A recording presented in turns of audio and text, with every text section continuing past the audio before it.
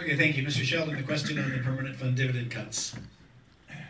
It was wrong to do that. I think what we need to do is we need to pay out the dividend. We need to pay the whole dividend out, all the back dividend. I figure that if we got $18.7 billion, if we could go ahead and pay out the dividend, it'd be, after inflation proofing, it'd be $25,000 a piece for each person, woman, and child. I think we need to do that. We need to have contracts with our oil companies. We're only getting 12 cents on the dollar on the contracts for oil. We need to up that ante so that we can pay for the state. If we downsize the government, we'll be able to balance out the budget. With this fictitious budget that we have right now, $2.7 billion, that's just for the LNG pipeline. This is just another way to raid the permanent fund. So $25,000 dividends after inflation proofing off of $28,000, I think it'd be awesome. And we take the vote of the people if they want to take some of the money on a ballot vote, and that's the way it should have been done to begin with. Thank you. Okay, Mr. Dunleavy, first on the next question. This is the season of fish wars here on the Kenai Peninsula, a very volatile issue. How would you prioritize our fisheries? Well, you have to get more fish in the rivers, and we got to follow our constitutional mandate in doing that. Make sure we meet our escapement goals. That's key.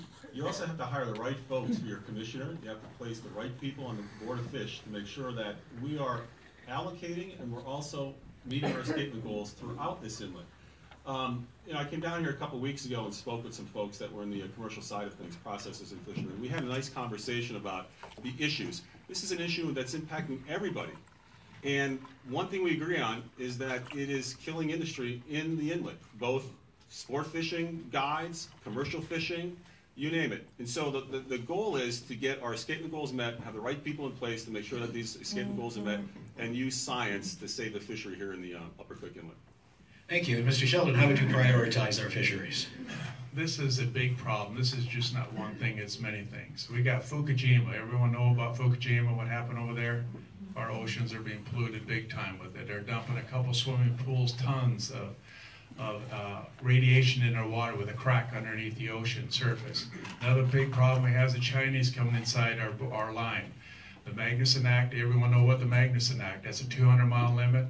We need to get with President Trump and the government and the Coast Guard, and when a Chinese ship comes in and breaks the law, we'll seize the ship, we'll take the people off the ship, and we'll send them back to Japan after we've criminalized them. Another thing is Washington, Oregon, and California are bringing up trawlers. They're wiping out our oceans. Do you see what's going on now? And then we got the seiners coming in. We've got different groups coming in. I think it's important that we take care of one step at a time and cut off the seiners before and let the subsistence people get their fish first and then open up the commercial fishing. And if the commissioner does not agree with these terms, I will fire him. Thank you. Thank you much. And Meade Treadwell, priority on fisheries. My priority is more fish in the river, and my priority is good science so that we know what's happening. It's too easy to blame what's happening in the Kenai, and the Soldotna, in the Copper, and in Southeast on a blob. Okay, we got to have the science. I worked as a founder of the Prince William Sound Science Center. I worked to help build the Alaska Sea Life Center.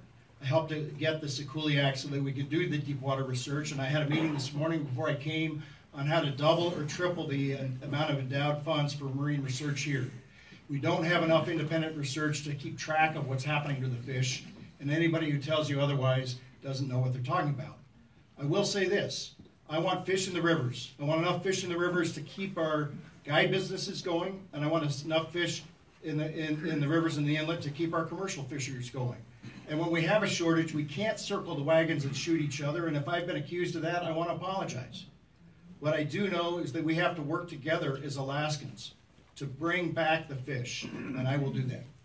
Okay, Meade, you'll also be first on this next question, which is sort of a segue to Stand for Alaska, Stand for Salmon, and why?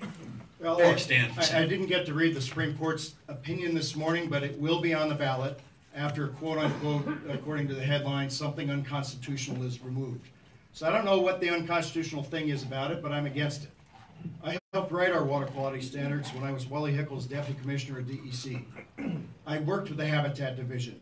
Anybody who tells you that we don't have good habitat laws doesn't know what we've done. Doesn't know what we've done here to protect habitat on the Kenai River, just as an example. Doesn't know the sacrifices we've made in our timber industry and what we've done with buffers in our timber industry to support salmon in Southeast. We have good water quality laws. We don't need a big green initiative like California to tell us how to do it. And frankly, that law, as I first saw it, says that before I put this in the dishwasher, I gotta have Fish and Game tell me whether or not it's a salmon stream. It was way overdone. I'm against it. Thank you. And Mr. Sheldon, same question. Stand for Alaska or stand for salmon, and why? Yeah, well, I would vote no on that. I think it's really important we deregulate. There's too many regulations already, too many problems around the state that people are having, trying to fire up businesses and what have you, and you add another pile of regulations, you have a bigger problem. I think it's important, and just like Meade said, the timber industry, I logged in the timber industry when I was just 17 in high school for a couple of years, and what they're doing now is they're tightlining their logs over creeks. They're leaving a buffer zone on both sides so that when the trees, they get old, they fall down, and the salmon go underneath the logs, and the habitat is just great. I think that what we're doing right now is good. We just need to deregulate and not make it so difficult for other people to get jobs and businesses and what have you, because that's what's strangleholding our economy right now, is because some people are saying, I just can't afford to get into the business in the state of Alaska, so I'm going to go, for instance, Oklahoma and work there because their laws are regulated for the people. Thank you. Thank you. Mr. Dunleavy, on stand for Alaska or stand for salmon, your views?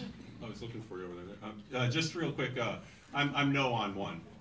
I don't support this initiative. I think it would shut down the state of Alaska. I didn't read the press this morning, so I'm a bit of a handicap there, but I don't support the initiative. Okay, short and sweet. Let's go to Mr. Sheldon first on the next question, which is the other gorilla in the room, the Pebble Mine. Where do you stand on the Pebble Mine? Well, I'm glad you asked that, because it's better to have an answer than yes or no, because I think that the jury's out on Pebble Mine. There's a high sulfur rate. I've talked to geologists about it. I think that the Pebble Mine should be